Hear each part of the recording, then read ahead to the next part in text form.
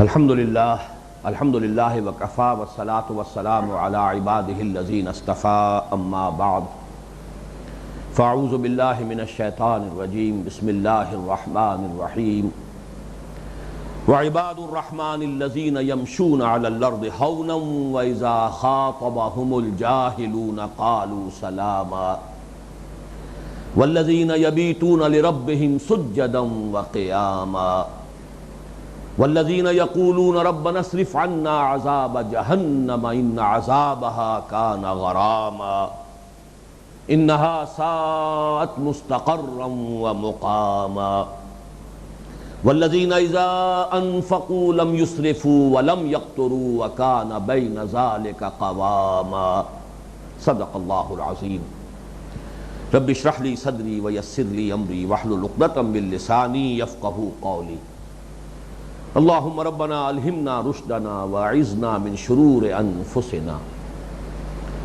اللہم ربنا نور قلوبنا بالایمان واشرح صدورنا للاسلام ووفقنا لما تحب وترضى اللہم ربنا اجعلنا من عبادک المخلصین اللہم اجعلنا من عبادک المتقین آمین یا رب العالمین۔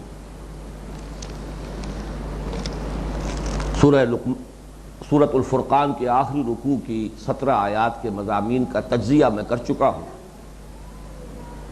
اور ہم ان 5 آیات کا مطالعہ کر رہے تھے کہ جن میں بندہ مومن کی ایک میچور شخصیت، پوری طرح تعمیر شدہ سیرت، اس کے خد و خال کیا ہے، جن میں سب سے پہلا وصف وعباد الرحمن الذین یمشون علی الارض ہونا، تواضع کی کیفیت، جس کے لیے کہ بڑا پیارا انداز اختیار کیا ہے شیخ سعدی رحمۃ اللہ علیہ نے۔ مجھے وہ شعر تو یاد نہیں ہے اس وقت، کہ تم دیکھتے ہو کہ جب کسی درخت پر پھل لگ جاتا ہے تو شاخیں جھک جاتی ہیں۔ جن شاخوں پر آم لگا ہوا ہے، جن پر کوئی پھل جو ہیں وہ لدے پھدے ہیں جو شاخیں، تو وہ جھکیں گی۔ تو اللہ جسے کچھ دے، جتنا دے اتنا ہی اس میں جھکاؤ پیدا ہونا چاہیے، اس میں کوئی تکبر نہ ہو۔ تکبر ہے، عجب ہے، اور اپنی گردنوں کو اکڑا لینا ہے، یہ در حقیقت پیتھولوجی ہے، یہ انسان کی نفسیات کے کسی مرض کی علامت ہے۔ اسی میں میرا خیال تھا کہ میں آپ کو یہ عبدیت کا جو مقام ہے، جو حضور صلی اللہ علیہ وسلم کی ایک دعا میں آیا ہے، اور یہ دعا جو میرا بنیادی کتابچہ ہے اس تحریک تعلیم و تعلم قرآن کا اور دعوت رجوع القرآن کا، مسلمانوں پر قرآن مجید کے حقوق، اس کے آخر میں خوبصورت کتابت کے ساتھ، بڑی عمدہ سیٹنگ کے ساتھ یہ دعا دی گئی ہے۔ حضور کی دعا، اب یہ رات کی دعاؤں میں سے ہے، تہجد کی دعاؤں میں سے۔ اللہم انی عبدک وابن عبدک وابن امتک فی قبضتک ناصیتی بیدک ماض فی حکمک عدل فی قضاؤک۔ اے اللہ، میں تیرا بندہ ہوں، میرا باپ بھی تیرا ایک ادنا غلام تھا، میری ماں بھی تیری ایک ادنا کنیز تھی، میں ہمتن تیرے قبضہ قدرت میں ہوں، میری پیشانی تیرے ہاتھ میں ہے، میرے پورے وجود میں تیرا ہی حکم جاری و ساری ہے، میرے ہر معاملے میں تیرا فیصلہ مبنی بر عدل ہے، جو فیصلہ تو کرتا ہے صحیح کرتا ہے، عدل اور انصاف پر مبنی کرتا ہے۔ یہ ہے وہ رشتہ، عبدیت کا رشتہ۔ اللہم انی عبدک وابن عبدک وابن امتک فی قبضتک ناصیتی بیدک ماض فی حکمک عدل فی قضاؤک۔ یہ کیفیت جو ہے عبد الرحمن کی، یہ کیفیت سب سے پہلی، سب سے نمایاں۔ اب اسی آیت میں دوسرا وصف، وَإِذَا خَاطَبَهُمُ الْجَاهِلُونَ قَالُوا سَلَامًا، جب ان سے الجھتے ہیں، مخاطب ہوتے ہیں جاہل۔ جاہل کے لفظ کو نوٹ کر لیجئے، اردو میں اس کا مفہوم ہے ان پڑھ آدمی، غیر تعلیم یافتہ انسان جاہل کہلاتا ہے۔ عربی میں یہ مفہوم اس کا نہیں ہے، یہ عاقل اور حلیم الطبع انسان کے مقابلے میں لفظ جاہل ہے۔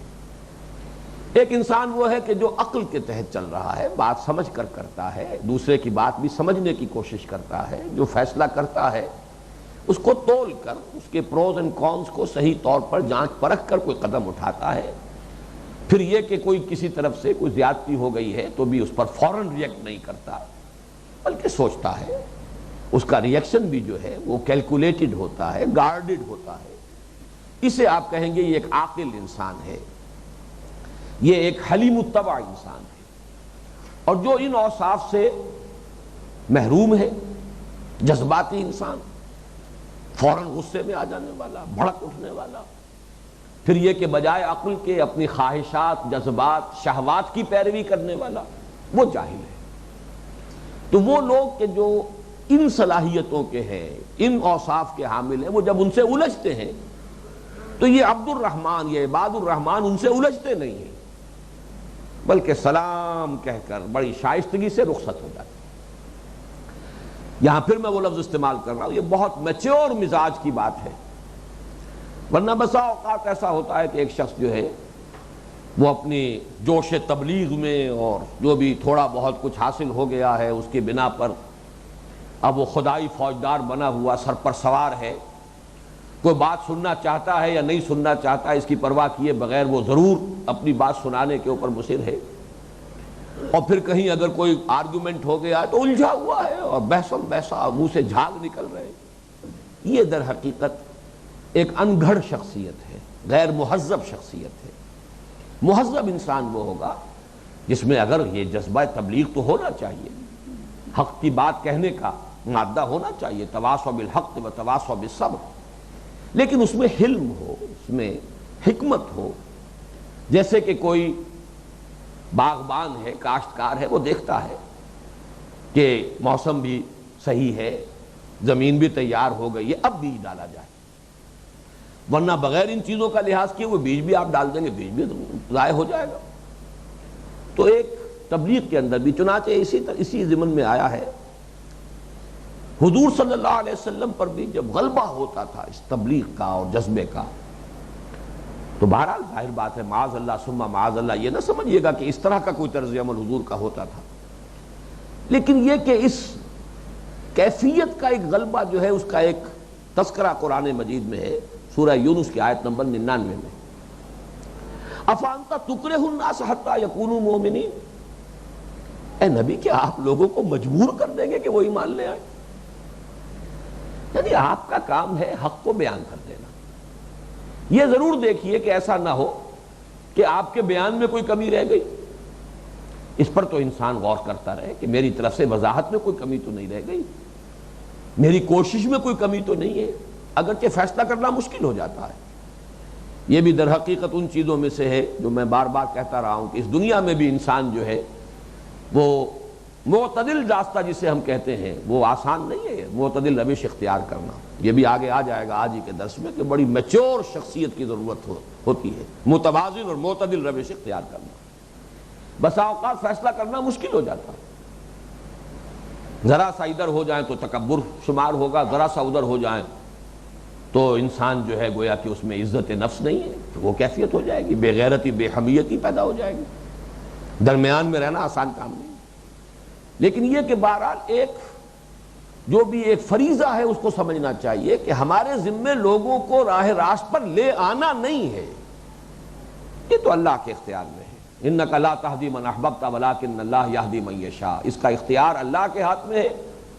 وہ تو جیسا کہ حدیث میں آیا ہے کہ تمام انسانوں کے دل اس کی 2 انگلیوں کے مابین ہے، وہ تو جدھر چاہے پھیر دے، اس کا اختیار ہے۔ لیکن باقی ایک داعی، ایک مبلغ، داعی الی الخیر، اس کا کام ہے بات کو واضح کرنا، اور اس میں حکمت کی ضرورت ہے، لوگوں کی آمادگی بھی دیکھے، جب دیکھے کہ اس وقت یہ بحثم بحثا میں آ گیا ہے، ضد میں آ گیا، زدم زدہ میں آ گیا، سلام کیجئے کہ بھائی اس وقت میری سمجھ میں آپ کی بات نہیں آ پا رہی ہے، کچھ میری بات آپ کی سمجھ میں نہیں آ رہی ہے، تو ہم پھر کسی اور وقت بات کریں گے، اس وقت جو ہے زیادہ بحث کا فائدہ نہیں۔ یہ ہے وہ میچور شخصیت۔ دعوت و تبلیغ میں بھی اس حکمت کو اگر پیش نظر نہ رکھا جائے تو یہ کاؤنٹر پروڈکٹیو ہوتا ہے، بجائے فائدے کے نقصان ہو جاتا ہے۔ وعباد الرحمن الذین یمشون علی الارض ہونا واذا خاطبهم الجاہلون قالوا سلاما. بڑا پیارا انداز ہے. علیحدہ ہونے کا انداز بھی شائستگی کا ہو تاکہ دوبارہ ملنے کا موقع رہے. لٹ مار کر علیحدہ ہوں گے تو دوبارہ نہیں مل سکیں گے.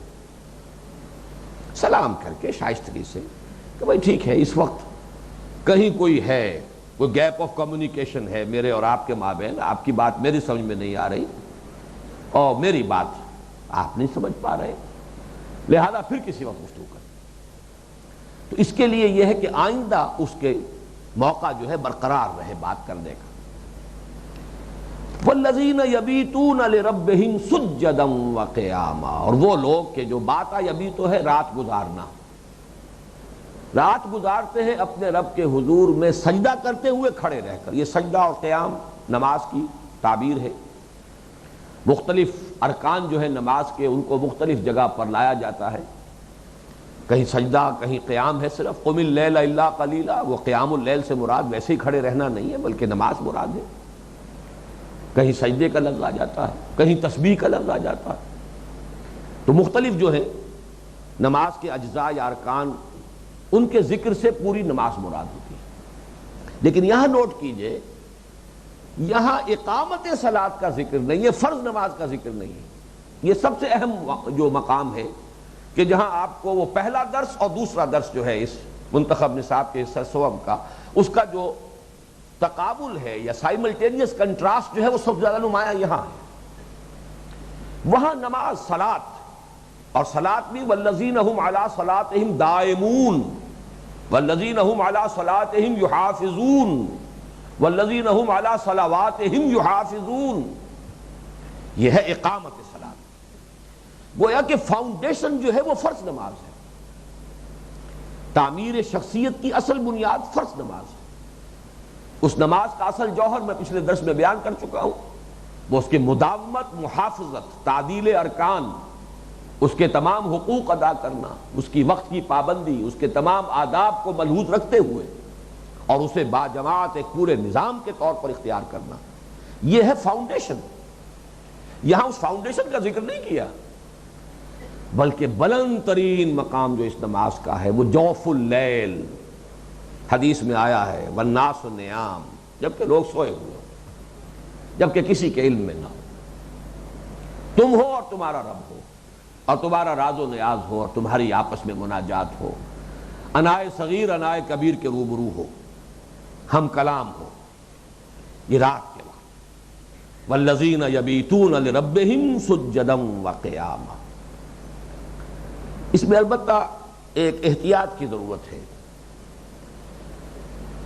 نماز جب فرض ہوئی ہے وہ ہے سن 11 نبوی، ہجرت سے 1-1.5 سال 2 سال قبل. اس سے پہلے ان مکی صورتوں میں جو نماز کا ذکر آتا ہے خاص طور پر اس انداز میں، سورہ مزمل میں قم اللیل الا قلیلا نصفہ او انقص منہ قلیلا وزد علیہ ورتل القرآن ترتیلا، تو ایک عدم توازن عام قاری کے ذہن میں پیدا ہو جاتا ہے کہ وہ فرض نماز کا پورا نظام اور پھر یہ نظام بھی پورا کا پورا سمجھتا ہے کہ شاید یہ دونوں چیزیں مطلوب ہیں برابر کے درجے میں. ایسا نہیں ہے. جب یہ چیزیں آ رہی تھی فرض نماز نہیں تھی. جب فرض نماز آئی ہے اس کیفیت میں تخفیف کر دی گئی. ان ربک یعلم انک تقوم ادنی من ثلثی اللیل ونصفہ وثلثہ وطائفۃ من الذین معک واللہ یقدر اللیل والنہار علم ان لن تحصوہ فتاب علیکم فاقرؤوا ما تیسر من القرآن علم ان سیکون منکم مرضی وآخرون یضربون فی الارض یبتغون من فضل اللہ وآخرون یقاتلون فی سبیل اللہ فاقرؤوا ما تیسر منہ واقیموا الصلاۃ وآتوا الزکاۃ. یہ ہے اصل انداز. ان دونوں کو آپ برابر رکھیں تو پھر تو خالص پھر خانقاہی نظامی رہ جائے گا، پھر کوئی اور کام کرنے کے قابل انسان نہیں رہے گا. یہی عدم توازن ہے در حقیقت کے جو پھر یکرخی شخصیتوں کو وجود میں لاتا ہے. جب سورہ مزمل نازل ہوئی ہے ابھی نماز پنجگانہ کا کوئی وجود تھا ہی نہیں. وہ تو صرف رات ہی کا قیام تھا، قیام اللیل تھا. وہ پوری رات، آدھی رات، تہائی رات، 2/3 رات. لیکن رفتہ رفتہ 2 نمازیں کر دی گئی. صبح و شام کا معاملہ کیا کرو، کچھ رات، کچھ صبح اور کچھ شام. پھر آگے اقیم الصلاۃ لدلوک الشمس الی غسق اللیل وقرآن الفجر ان قرآن الفجر کان مشہودا ومن اللیل فتہجد بہ نافلۃ۔ اب لفظ تہجد آیا ہے۔ تہجد ایک معین نماز ہوگی، اگرچہ جوف اللیل میں نصف شب گزر چکی ہو تب انسان اٹھے اور وہ نماز ادا کرے اور پھر سو جائے۔ یہ نہیں کہ اس کو آپ نے بس صرف فجر کے ساتھ ایک ضمیمہ بنا لیا، وہ تہجد نہیں ہے۔ وہ نوافل تو ہو گئے، اضافی شے ہے، ذکر ہے اللہ کا، فائدے سے خالی نہیں، برکات سے خالی نہیں، لیکن اصل تہجد وہ نہیں ہے، وہ یہ بالکل ایک علیحدہ ہے۔ اور وہ پھر اب ایک معین نماز ہے جس کے بارے میں آتا ہے کہ حضور کی تہجد 8 رکعتیں ہوتی تھی، 8 تہجد کی اور پھر 3 اس کے اوپر وتر، 11 رکعتیں آپ کا معمول تھا۔ تو یہ پھر ایک نماز بنی علیحدہ۔ یہاں جو ہے والذین یبیتون لربہم سجدا وقیاما، وہ لوگ جو پوری رات بسر کرتے ہیں۔ پوری رات کا بھی مطلب یہ نہیں ہے کہ پوری رات ہی نماز میں ہو، کچھ دیر نماز پڑھی پھر تھوڑی دیر آرام کر لیا، پھر ہڑبڑا کر اٹھا انسان، اس لیے کہ جب کوئی دھن سوار ہوتی ہے تو پھر وہ گہری غفلت کی نیند نہیں آتی، پھر جاگتا، پھر کھڑا ہوا، پھر اپنے رب کو یاد کیا، پھر کچھ گڑ گڑایا، پھر کچھ راز و نیاز ہے، پھر کچھ مناجات ہے، پھر طبیعت کے اوپر جو ہے اب ایک جو استراحت کا جو ایک تقاضا ہے پھر پیدا ہوا، پھر تھوڑی دیر سو گئے۔ اور یہ بڑی تفصیل سے میں بیان کر چکا ہوں، سورہ آل عمران کی جو آخری رکوع کی آیات نازل ہوئی ہیں اس شب یہ کیفیت بڑی شدت کے ساتھ حدیث میں آیا ہے، پوری رات آپ کی یہ کیفیت ہے۔ تو جب باتا یبیتوں سے مراد یہ نہیں ہے کہ پوری رات بسر کی جائے، بلکہ وقفے وقفے سے آدمی گویا کہ ایک دھن سوار ہے، ایک لگن لگی ہوئی ہے دل کو کہ جو غفلت کی نیند کی طرف جانے نہیں دے رہی۔ لیکن یہ بھی وہ دور جو ابتدائی دور ہے، جب اس کا بدل آ گیا، 5 نمازیں، اس کا پورا نظام، اس کی پابندی، اس کی محافظت، اس کی مداومت، تو اب یہ کیفیت جو ہے ظاہر بات ہے کہ اللہ نے ہی بنایا ہے انسان کے جسم کو، اس کے تقاضوں کو وہ خوب جانتا ہے۔ وَإِنَّ لِنَفْسِكَ عَلَيْكَ حَقًّا، تمہارے نفس کا بھی تم پر حق ہے، اس کا بھی ایک حق ہے جو تمہیں ادا کرنا ہوگا۔ اس اعتبار سے پھر وہ توازن جو ہے اس کو ذہن میں رکھنا ضروری ہے۔ والذین یبیتون لربہم سجدا وقیاما والذین یقولون ربنا اصرف عنا عذاب جہنم، اور وہ لوگ کہ جو کہتے ہیں کہ اے رب ہمارے دور کر دے ہم سے، پھیر دے ہم سے جہنم کے عذاب کو، ان عذابہا کان غراما، یقیناً اس کا عذاب لاگو ہو جانے والی، اصل میں غرام اور مغرم کا لفظ آتا ہے تاوان، کسی کے اوپر کوئی چٹی پڑ گئی، بھگتنی ہی ہے، اب اس سے کوئی رستگاری نہیں ہے، کوئی اس سے جو ہے انسان کسی طریقے سے مفر نہیں حاصل کر سکتا، تو غرامہ لاگو ہو جانے والا۔ اور یہ جو اس رکوع کا اور اس سورت کا آخری لفظ ہے فقط کذبتم فسوف یکون لزاما، لزاما غراما تقریباً مترادف الفاظ ہے، لازم ہو جانے والی شے، چبٹ جانے والی شے، لاگو ہو جانے والی شے، پیچھا نہ چھوڑنے والی شے، یہ گویا کہ غرامہ اور لزامہ دونوں کا مفہوم ہے۔ ان عذابہا کان غراما انہا سات مستقرا و مقاما، یقیناً وہ بہت بری جگہ ہے، مستقر ہونے کے اعتبار سے بھی اور مقام ہونے کے اعتبار سے بھی۔ اب اس میں نوٹ کیجئے، میں نے اس کو اس میچور شخصیت، دل آویز شخصیت کے اوصاف میں شمار نہیں کیا ہے، اس لیے کہ یہ تو بنیادی شے تھی، جیسے کہ ہم سورہ معارج میں ہم دیکھ چکے ہیں، اس کی جو آیات ہیں ہمارے پہلے سبق کی، والذین یصدقون بیوم الدین والذین هم من عذاب ربہم مشفقون ان عذاب ربہم غیر معمور، یہ تو وہی بات ہے، تذکرہ ہو رہا ہے عمل کے ضمن میں، اس لیے کہ ایمان بالآخرت اصل محرک ہے عمل کا۔ یہ بارہا میں بیان کر چکا ہوں کہ ایمانیات ثلاثہ میں سے نظری، علمی، اصولی اعتبار سے اصل ایمان ایمان باللہ، قانونی، فقہی، شرعی اعتبار سے اصل ایمان ایمان بالرسالت، اخلاق اور عمل اور رویے پر اثر انداز ہونے کے اعتبار سے اصل ایمان ایمان بالآخرہ ہے۔ آخرت کا استحضار ہو اور باس پرس کا خیال رہے تو آدمی سیدھا رہے گا، تیر کی طرح سیدھا رہے گا، اور کسی وجہ سے یہ مسئولیت کا احساس ذہن سے نکل جائے تو پھر ایمان باللہ اور معرفت جو ہے یہ بھی ایک ذہنی لذت کی بات بن کر رہ جاتی ہے، اور ایمان بالرسالت جو ہے وہ بھی بس عشق عشق رسول کے پھر وہ دھندے اس سے پیدا ہوتے ہیں جو آج کل ہمارے معاشرے میں ہیں۔ عمل پیدا نہیں ہوتا اس سے، عمل پیدا ہوتا ہے آخرت سے، جب یہ احساس ہو کہ جواب دہی ہے، بدلہ مل کر رہنا ہے۔ تو چونکہ یہاں پہ وہ عملی کردار کا نقشہ کھینچا جا رہا ہے، لہذا اس کا ذکر تو ہے، لیکن میں نے جو گنتی کی تھی کہ 4 اوصاف شروع میں ہے اور 4 یا 3 بعد میں ہے، تو ان میں سے گنتی کر لیجئے کہ جو میچور شخصیت ہے، بندہ مومن کی پوری طرح تعمیر شدہ شخصیت کے دل آویزی کے جو پہلو ہیں، ان میں سب سے پہلا تواضع، وعباد الرحمن الذین یمشون علی الارض ہونا، دوسرا طبیعت میں حلم، وَإِذَا خَاطَبَهُمُ الْجَاهِلُونَ قَالُوا سَلَامًا، تیسرا رات کی نماز تہجد، وَالَّذِينَ يَبِيتُونَ لِرَبِّهِمْ سُجَّدًا وَقِيَامًا، چوتھی بات آگے آئے گی۔ یہاں درمیان میں آخرت کا تذکرہ، جہنم کا تذکرہ، لیکن یہاں ذرا نوٹ کیجئے کہ اسلوب وہ ہے کہ جو اور کسی جگہ نہیں ہے قرآن میں۔ جہنم اتنی بری شے ہے، اتنی بری شے ہے، اتنی بری شے ہے کہ مستقل ڈیرہ وہاں لگ جائے تو خیر جو ہوگا سو ہوگا ہی، اگر ایک لحظے کے لیے بھی انسان داخل کر دیا جائے تو اس کی ساری شدت، اس کی ساری ہولناکی ظاہر ہو جائے گی۔ یہ ہمارا جو تصور ہے عام طور پر دنیا میں وہ یہ ہے، اچھی سے اچھی جگہ ہو، آپ مستقل وہاں ٹھہریں گے، دل بھر جائے گا، کوئی رعنائی نہیں رہے گی۔ کشمیر میں رہنے والوں سے پوچھئے وہاں کوئی حسن ہے؟ وہاں کی مصیبتیں گنوائیں گے وہ۔ آپ سوات کی سیر کرنے جاتے ہیں، آپ کو حسن ہی حسن نظر آتا ہے، جو وہاں رہتے ہیں ان سے پوچھئے وہاں کیا ہے۔ لہذا کسی جگہ بھی مستقل قیام ہو تو اچھے سے اچھا مقام جو ہے اس میں بھی کوئی حسن اور رعنائی نہیں رہے گی، اور برے سے بری جگہ پر بھی تھوڑی دیر کے لیے جائیں گے تو چینج کی وجہ سے ریکریشن ہو جاتی ہے۔ آپ ٹمبکٹو چلے جائیے، وہاں بھی چینج ہو جائے گی۔ کسی صحرائے اعظم میں تھوڑی دیر کے لیے جانا ہو تو وہ بھی سیر ہو جائے گی، کہیں بھی چلے جائیں تو چینج جو ہے وہ خود ایک ریکریشن ہے۔ اب اس رکوع میں آپ دیکھیں گے آخر میں آئے گا جنت کے بارے میں، حسنت مستقرا و مقاما، وہ اتنی اچھی جگہ ہے کہ ہمیشہ رہنے والوں کو ابھی دل کبھی اکتائے گا نہیں، اس کے حسن میں، اس کی رعنائی میں، اس کی دلچسپیوں میں، اس میں کوئی کمی نہیں آئے گی۔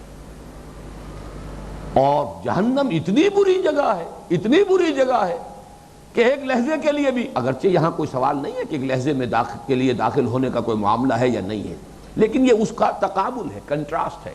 7 مستقرا و مقاما، حسنت مستقرا و مقاما، یہ تو بہت ہی بری جگہ ہے مستقل جائے قرار ہونے کے اعتبار سے بھی اور عارضی قیام گاہ ہونے کے اعتبار سے بھی، اور وہ بہت ہی عمدہ جگہ ہے عارضی قیام کے اعتبار سے بھی اور مستقل قیام کے اعتبار سے بھی۔ وہاں دل بھرے گا نہیں، اور یہاں ایک لحظہ جو ہے قدم رکھتے ہی اس کی تمام شدائد، اس کے مصائب، اس کی سختیاں، اس کی ہولناکیاں پورے طور پر اپنے آپ کو منکشف کر دیں۔ انہا سات مستقرا و مقاما۔ اب آ رہا ہے وہ چوتھا وصف، یہ بھی پھر وہ میچور شخصیت کی علامت ہے۔ والذین اذا انفقوا لم یسرفوا ولم یقتروا وکان بین ذلک قواما، اور وہ لوگ کہ جب خرچ کرتے ہیں تو نہ تو اسراف سے کام لیتے اور نہ ہی وہ کمی کرتے ہیں، یہاں جتنا ضروری ہے اس سے رک جانا، اس کو ہم عام عرف عام میں کہیں گے بخل۔ نہ وہ اسراف کرتے ہیں کہ ضرورت سے زائد خرچ کریں، اور نہ ہی وہ بخل سے کام لیتے ہیں۔ وَكَانَ بَيْنَ ذَلِكَ قَوَامًا، بلکہ اس کے بین بین ان کا طرز عمل، ان کی روش، ان کا موقف، ان کا مقام اس کے بین بین ہے۔ جیسا کہ میں عرض کر رہا تھا، یہ بین بین ہونا ہی سب سے مشکل کام ہے، اور یہ انسان کی میچورٹی کی بہت بڑی علامت ہے۔ اس کی پوری شخصیت کے اندر ایک پختگی آ چکی ہو، اور اس پختگی کا ایک ظہور اس میں بھی ہوگا۔ تنگی بھی ہے، چنانچہ ایک حدیث میں بھی الفاظ آئے ہیں جس میں امرنی ربی بتسع، میرے رب نے مجھے 9 باتوں کا حکم دیا ہے۔ خشیت اللہ فی السر والعلانیہ، والکلمۃ العدل فی الغضب والرضا، والقصد فی الفقر والغنا۔ اور یہ حدیث ایسی ہے کہ اس میں حضور نے یہ نہیں فرمایا کہ میں تمہیں حکم دے رہا ہوں، ایسی حدیثیں بھی ہیں کہ اللہ نے مجھے حکم دیا، میں تمہیں حکم دے رہا ہوں۔ اللہ امرنی بہن، آمرکم بخمس اللہ امرنی بہن، میں تمہیں 5 باتوں کا حکم دے رہا ہوں، اللہ نے مجھے ان کا حکم دیا ہے۔ اور یہ حدیث وہ ہے امرنی ربی بتسع، اس لیے کہ واقعہ یہ ہے، اور اچھا ہے مجھے یاد آ گیا ورنہ میرے ذہن میں آج نہیں تھا، اس رکوع کا جو مضمون ہے اس کے اعتبار سے مناسبت رکھنے والی حدیث وہی ہے، وہ چوٹی کی چیز ہے، وہاں تک پہنچنا آسان نہیں ہے۔ یہ ضرور ہے کہ ہمیں اس آئیڈیل کو سامنے رکھنا چاہیے، پھر یہ کہ اپنی اپنی ہمت ہے، جتنا بھی آدمی اس تک رسائی حاصل کر لے، جتنا ترفع ہو جائے، لیکن بہت اونچے مقام۔ 3 چیزوں کے 3 گروپس ہیں۔ امرنی ربی بتسع خشیت اللہ فی السر والعلانیہ، کھلے اور چھپے ہر حال میں اللہ کا خوف رہے۔ پبلک میں تو آ کر ہر شخص متقی بن جاتا ہے، یہ تو تخلیے میں متقی ہو تب متقی ہے اصل میں۔ خشیت اللہ فی السر والعلانیہ وکلمۃ العدل فی الغضب والرضا، عدل کی بات کروں چاہے کسی سے ناراضگی ہو اور چاہے اس کے ساتھ میں راضی ہوں، یہ میرا کسی سے ناراض ہونا یا راضی ہونا یہ اثر انداز نہ ہو اس پر کہ میں عدل کی بات نہ کہہ سکوں۔ کلمۃ العدل فی الغضب والرضا والقصد فی الفقر والغنى، اور میانہ روی چاہے فقر ہو، احتیاج ہو، کمی بھی ہے، جو ضروری خرچہ وہ کرنا چاہیے، کسی وقت قرض بھی آدمی لیتا ہے، ٹھیک ہے، لیکن یہ کام تو کرنے کا ہے۔ حضور بھی قرض لیتے تھے، قرض لینا کوئی گناہ نہیں ہے، لیکن بہرحال انسان قرض لیتا ہے اپنے وسائل کو دیکھتے ہوئے، اس کو ریپے کرنے کے لیے میرے پاس کیا وسائل ہیں، لیکن یہ کہ ایسا نہ ہو کہ اگر کسی وقت کوئی تنگی ہے تو پھر جہاں ضروری خرچ کرنے کا مقام ہے وہاں پر بھی آدمی ہاتھ روک لے۔ والقصد فی الفقر والغنا، فقر ہو چاہے غنا ہو، یہ نہیں ہونا چاہیے کہ کسی وقت محتاط ہے، بہت پیسہ ہے، دولت آئی ہے تو اب وہ عللے تللے ہو رہے ہیں اور حاتم طائی کی قبر کو لاتے ماری جا رہی ہیں، یہ نہیں۔ یہ دونوں کیفیات جو ہیں وہ در حقیقت وہ اممیچورٹی کی علامت ہوگی۔ والقصد فی الفقر والغنا، حدیث بھی پوری کر ہی دوں، وان اصل من قطعنی واعطی من حرمنی واعفو عمن ظلمنی، جو مجھ سے کٹے میں اس سے جڑوں، جو مجھے محروم رکھے میں اسے دوں، جو مجھ پر ظلم کرے میں اسے معاف کر دوں۔ وَأَن يَكُونَ صَمْتِي فِكْرًا وَنُطْقِي ذِكْرًا وَنَظَرِي عِبْرًا، یہ ویسے بھی جس کو کہا گیا ہے جوامع الکلم، بہت جامع کلمات جس میں کہ علم اور حکمت کے بڑے بڑے خزانے ہیں، میری خاموشی فکر پر مشتمل ہو، غور و فکر، تفکر و اعتبار، میری گفتگو ذکر پر مشتمل ہو، اللہ کی بات ہو رہی ہو، اللہ کی بات پہنچائی جا رہی ہو، اللہ کی ذکر کیا جا رہا ہو، وَنَظَرِ عِبْرَةٍ، اور میرا دیکھنا سبق حاصل کرنے کے لیے، عبرت حاصل کرنے کے لیے، جہاں دیکھوں نتیجہ حاصل کروں، کوئی عبرت حاصل کروں۔ وَأَن يَكُونَ صَمْتِي فِكْرًا وَنُطْقِي ذِكْرًا وَنَظَرِي عِبْرَةً، اور آخری بات وَأَنْ آمُرَ بِالْمَعْرُوفِ وَأَنْهَىٰ عَنِ الْمُنْكَرِ، اور یہ 10ویں بات ہے، 9 باتیں پوری ہو چکی ہیں، لیکن یوں سمجھیے کہ سب کے لیے فائنل جو ہے سیل کہ نیکی کا حکم دوں بدی سے روکوں، یہ چونکہ ہر مومن کو حکم ہے اس لیے اس کو حضور نے شمار نہیں کیا، ورنہ 10 باتیں کہتے ہیں، 9 باتیں کہ جو خاص مجھے حکم دیا اللہ نے، امرنی ربی بتسع خشیت اللہ فی السر والعلانیہ وکلمۃ العدل فی الغضب والرضا والقصد فی الفقر والغنا وان اصل من قطعنی واعطی من حرمنی واعفو عمن ظلمنی وان یکون صمتی فکرا ونطقی ذکرا ونظری عبرہ، 9 باتیں پوری ہو گئی۔ وان آمر بالمعروف وانہا عن المنکر، یہ ہے وہ قصد فی الفقر والغنا۔ فرمایا والذین اذا انفقوا لم یسرفوا ولم یقتروا وکان بین ذلک قواما، یہ قصد کا لفظ آ چکا ہے ہمارے تیسرے درس میں، حضرت لقمان کی نصیحتوں میں بھی آخری جو آیت تھی اس رکوع کی، وَاقْصِدْ فِي مَشْيِكَ وَاغْضُضْ مِنْ صَوْتِكَ، اپنی چال میں میانہ روی اختیار کر، اور وہاں میں نے عرض کیا تھا چال سے مراد صرف چلنا ہی نہیں ہے، بلکہ یہ تو آپ کی روش، چال ڈھال، پورا معاملات، تمام زندگی کے معاملات کے اندر چال ڈھال کی روش اختیار کرنا، اعتدال کی روش اختیار کرنا۔ قصد کا لفظ جو آتا ہے وہ عربی زبان میں قصد السبیل، سیدھا راستہ، اس لیے کہ آپ کو معلوم ہے کہ دو جو نقاط پوائنٹس ہوں گے تو ان کے درمیان جو کم سے کم ڈسٹنس ہوگا وہ اسٹریٹ لائن ہوگی. تو قصد السبیل سب سے درمیانی راستہ جو سب سے سیدھا راستہ ہوگا. اور سفراً قاصداً یہ سورہ توبہ میں لفظ آیا ہے. بہرحال اسی سے لفظ اقتصاد بنا. اقتصادیات، اصل میں اقتصادیات کا عنوان کیا ہے؟ مالی معاملات کے اندر ایسی میانہ روی، اعتدال، ہیوز اور ہیو نوٹس کے طبقات پیدا نہ ہو جائیں. کہ لا یکون دولتم بین الاغنیاء منکم، ایسا نہ ہو کہ ایک طرف دولت کے انبار لگتے چلے جائیں اور ایک طرف فقر اور احتیاج ہو، جس کو شاہ ولی اللہ دہلوی کہتے ہیں رحمۃ اللہ علیہ کہ یہ دو دھاری تلوار ہے.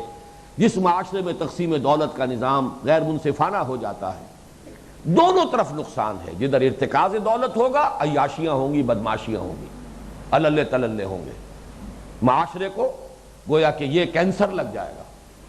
اور دوسری طرف فقر ہوگا، احتیاج ہوگی، بھوک ہوگی. اس کے نتیجے میں کاد الفقر وان یکون کفرا، حدیث کے الفاظ ہیں. فقر تو کفر کے قریب تک انسان کو لے جاتا ہے، یہ احتیاج جو ہے انسان کو کفر تک پہنچا دیتا ہے. تو دونوں طرف سے یہ جو غیر منصفانہ تقسیم دولت کا نظام ہے، ادھر سے بھی کاٹ رہی ہے، ادھر سے بھی کاٹ رہی ہے. اس میں ایک لفظ جو آیا اسراف، اس کو بھی سمجھ لیجئے. لم یسرفوا ولم یقتروا. اسراف کہتے ہیں کسی ضرورت کی جگہ پر ضرورت سے زیادہ خرچ کرنا. اس کے برعکس ایک لفظ ہے تبذیر. ویسے عام طور پر جوڑ کر جیسے کہ ہماری گفتگو میں، تحریر و تقریر میں الفاظ کو، مترادفات کو جمع کرنے کا رجحان ہوتا ہے اسراف و تبذیر، لیکن یہ بالکل سینونیمز نہیں ہیں، بالکل ہم معنی اور مترادف نہیں ہیں. اسراف ہے جائز ضرورت میں ضرورت سے زائد خرچ کرنا. انسان کی غذا اس کی ضرورت ہے، لیکن یہ کہ جتنی غذا سے انسان کی ضرورت پوری ہو جائے، اس سے زائد غذا جو ہے اسراف ہے. ایک سالن روٹی سے گزارا ہو سکتا ہے، کئی کورسز اور کئی ڈشز، یہ اسراف ہے. کپڑے انسان کے لیے ضروری ہیں، چند جوڑوں سے بھی گزارا ہوتا ہے، لیکن پورے وارڈ روز کے بعد وارڈ روز بھرتے چلے جائیں، یہ اسراف ہے. حالانکہ بدن کی ضرورت ہے کپڑا.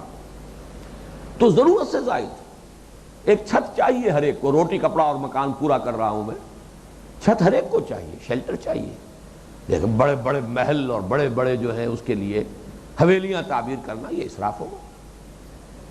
جبکہ تبذیر یہ آئے گا سورہ بنی اسرائیل کا جو تیسرا اور چوتھے رکوع کا درس ہے، اس میں آئے گا وَلَا تُبَذِّرْ تَبْذِيرًا إِنَّ الْمُبَذِّرِينَ كَانُوا إِخْوَانَ الشَّيَاطِينَ. تبذیر کہتے ہیں بلا ضرورت صرف نمود اور نمائش کے لیے خرچ کرنا. یہ تو گویا کہ شیطنت ہے. وَلَا تُبَذِّرْ تَبْذِيرًا إِنَّ الْمُبَذِّرِينَ كَانُوا إِخْوَانَ الشَّيَاطِينَ. نمود و نمائش کے لیے دولت خرچ نہ کرو.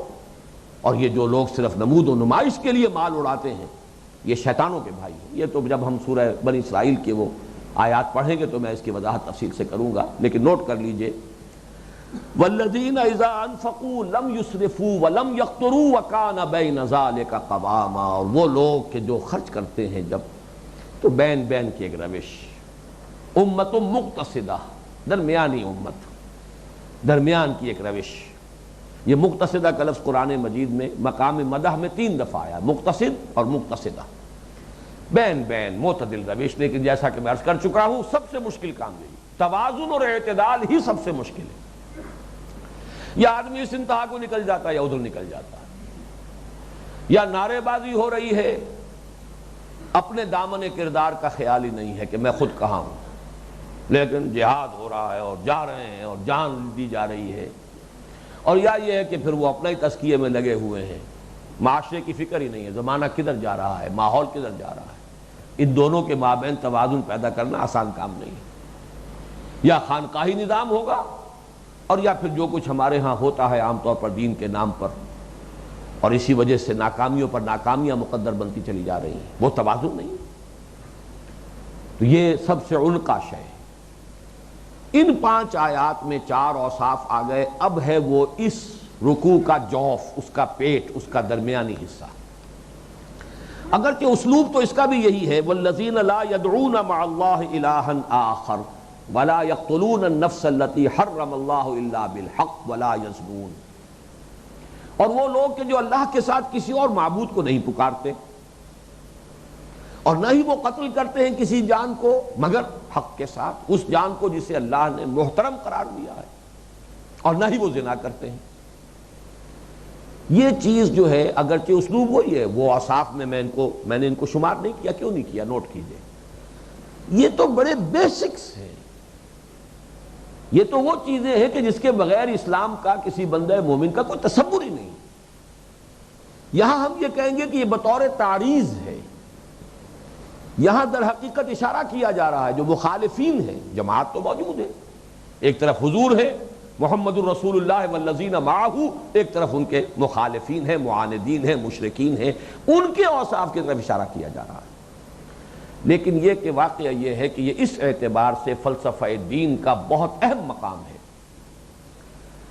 کہ دین اور شریعت کا جو ڈھانچہ بنا ہے اسلام میں، اس میں تین چیزیں انتہائی فنڈامنٹل ہیں، بڑی بنیادی، جس کی کہ تفصیل آئے گی سورہ بنی اسرائیل کے 3 اور 4 رکوع میں۔ شرک سے اجتناب، احترام جان،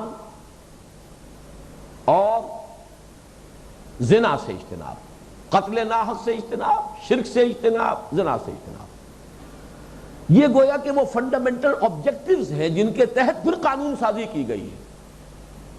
زنا کو روکنا مقصود ہے، لہذا پردہ، سیگریگیشن آف سیکسز، ستر اور حجاب کے احکام۔ اصل مقصود کیا ہے؟ زنا کو روکنا۔ قتل نفس، اس کو روکنے کے لیے بڑا تفصیلی قانونی نظام، احترام جان۔ اور اس کو اس اعتبار سے لیجئے تو یہ شرک اور توحید کا مسئلہ کیا ہے؟ یہ تو در حقیقت وہ شے ہے کہ جس پر پورے انسان کے ذہن اور فکر کی درستی کا دار و مدار ہے۔ شرک کی طرف گئے تو پورا کا پورا معاملہ جو ہے آپ کا نقطہ نظر ہی غلط ہو گیا، بات ہی ختم ہوئی۔ توحید ضروری ہے فکر کی درستی کے لیے، انسان کی صحت اس کے نظریات کی، اس کے فکر کی، اس کی جڑ، اس کی بنیاد توحید۔ پھر یہ کہ جس معاشرے میں احترام جان نہیں ہے، تمدن کی جڑ ختم ہو گئی۔ تمدن کی جڑ کیا ہے؟ مین از گریگوریس اینیمل، مل جل کر رہتا ہے، متمدن حیوان ہے۔ اور یہ تمدن کی ساری بنیاد یہ ہے کہ جان کا احترام ہو، قتل نفس نہ ہو۔ جس معاشرے میں اس شے کو ہلکا سمجھ لیا گیا ہو، گویا کہ تمدن کی جڑ کٹ گئی۔ اور تیسری چیز ہے، جس معاشرے میں زنا رواج پا جائے، اس میں فساد، وہ سنڈاس بن جاتا ہے، تعفن، بدبو، کوئی خیر اس میں نہیں رہے گا، پورا عائلی نظام درہم برہم ہو جائے گا، شوہروں اور بیویوں کے درمیان باہمی اعتماد نہیں رہے گا، ان کی باہمی الفت، آپس میں رافت، آپس کی ہمدردی، آپس کا اعتماد، یہ ختم ہو گیا تو جو اگلی نسل پل رہی ہے اس کے لیے صحت مند ماحول نہیں ہے، منفی اثرات پیدا ہوں گے۔ اب وہاں سے مجرم اور باغی جو ہے پروان چڑھیں گے، اس لیے کہ وہ صحت مند ماحول نہیں۔ یہ تین ہے فنڈامنٹلز۔ اور اگر آپ شریعت کا جائزہ لیں گے، جیسا کہ میں نے عرض کیا، آگے چل کر یہ بات آئے گی وضاحت کے ساتھ، ہمارے اس منتخب نصاب میں تو جو سورہ بنی اسرائیل کا سبق ہے 3 اور 4 رکوع، لیکن یہ ہے کہ سورہ نساء میں جو معاشرتی سطح پر واقعہ یہ ہے کہ قرآن مجید کی سب سے اہم صورت ہے، اس میں ان کو پورے فلسفے کو جو ہے انہی 3 بنیادوں پر اٹھایا گیا۔ توحید یہ ہے گویا کہ فکر انسانی کی صحت، اس کا نقطہ نظر، اس کی سوچ، اور ظاہر بات ہے انسان حیوان عاقل ہے، ذہن اور فکر اور سوچ جو ہے یہ اس کا ایک امتیازی وصف ہے، وہی ٹیڑھا ہو گیا تو سارا کا سارا معاملہ غلط ہو گیا۔ نمبر 2، تمدن، مدنیت، اور اس تمدن کی بنیاد احترام جان۔ جس شخص نے ایک جان کو قتل کر دیا ناحق، فکانما قتل الناس جمیعا ومن احیاها فکانما احیا الناس جمیعا، ایک انسانی جان کا ناحق قتل کرنا اس کے مساوی ہے کہ گویا کہ تمام انسانوں کو قتل کر دیا۔ یہ آخر کیوں ہے یہ شدت؟ اس لیے کہ یہ تمدن کی جڑ یہی ہے، ناحق قتل جو ہے وہ تمدن کی جڑ کو کاٹ دیا آپ نے۔ اور معاشرے کے اندر صحت، معاشرے کے اندر اچھی فضا، عورت اور مرد کا جو بھی یہ 2 پہیے ہیں گاڑی کے، ان کے مابین صحیح ربط اور ارتباط، صحیح موافقت، اور اس سے یہ ہے کہ اگلی نسل کے ایک صحیح ماحول میں پروان چڑھنے کا امکان ختم ہو جائے، جہاں یہ عفت نہ رہے، عصمت نہ رہے، جہاں زنا کا چرچا ہو جائے۔ تو یہ یوں سمجھیے کہ یہ اکبر الکبائر بھی ہیں دین کے فلسفے، دین اب دین کے نظام شریعت، نظام قانون، اس کے اعتبار سے یہ تین فنڈامنٹلز ہیں: توحید فکر و نظر کی درستی کے لیے، احترام جان تمدن کے استحکام کے لیے، زنا کا استیصال ایک تہذیب اور تمدن کو صحت مند ماحول دینے کے لیے۔ اور جہاں تینوں چیزیں گئیں، یہ گویا کہ سب سے بڑے گناہ ہیں۔ والذین لا يدعون مع اللہ الہا آخر ولا يقتلون النفس التي حرم اللہ الا بالحق۔ نفس کے لیے لفظ آیا حرم اللہ، اللہ نے محترم قرار دیا ہے اسے۔ احترام جان، آدمیت احترام آدمی است۔ علامہ اقبال کا بڑا پیارا یہ مصرع ہے۔ الا بالحق کی چار شکلیں ہیں علماء اور فقہاء اسلام کے نزدیک، چار کے سوا جو شکل بھی ہے قتل کی وہ قتل ناحق ہے۔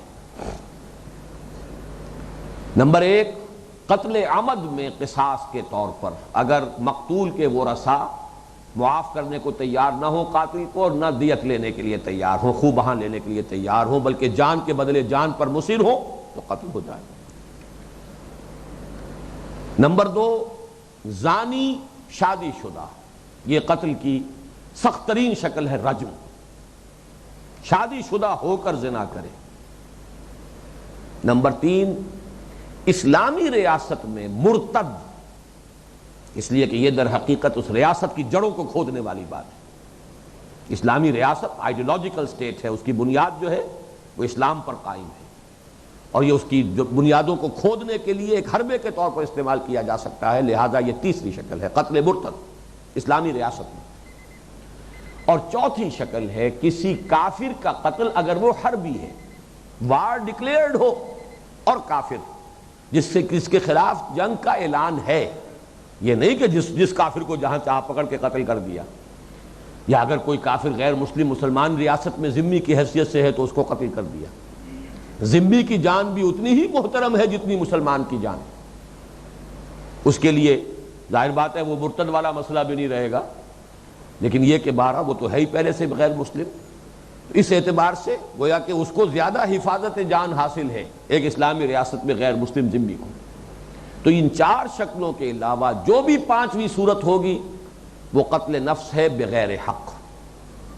ولا يقتلون النفس التي حرم اللہ الا بالحق ولا يزنون، اور نہ ہی وہ زنا کرتے ہیں۔ ومن يفعل ذلك يلقى اثاما، جو یہ حرکت کرے گا وہ اس کی پاداش کو پہنچ کر رہے گا، اس کی سزا لا محالہ مل کر رہے گی۔ اس کی تفصیل بھی ہے کچھ، پھر اس میں استثناء بھی ہے، اور اس استثناء کے حوالے سے توبہ کا فلسفہ ہے جو اس رکوع میں آ رہا ہے۔ یہ درمیانی جو چار آیات ہیں جنہیں میں نے عرض کیا ہے کہ دین کے فلسفے اور نظام دین کی اساسات کے اعتبار سے بہت اہم مضمون ہے۔ ابھی اس کا صرف آغاز ہوا ہے، اگلی نشست میں اسے ہم جاری رکھیں گے۔ بارک اللہ لی ولکم فی القرآن العظیم ونفعنی وإیاکم بالآیات والذکر الحکیم۔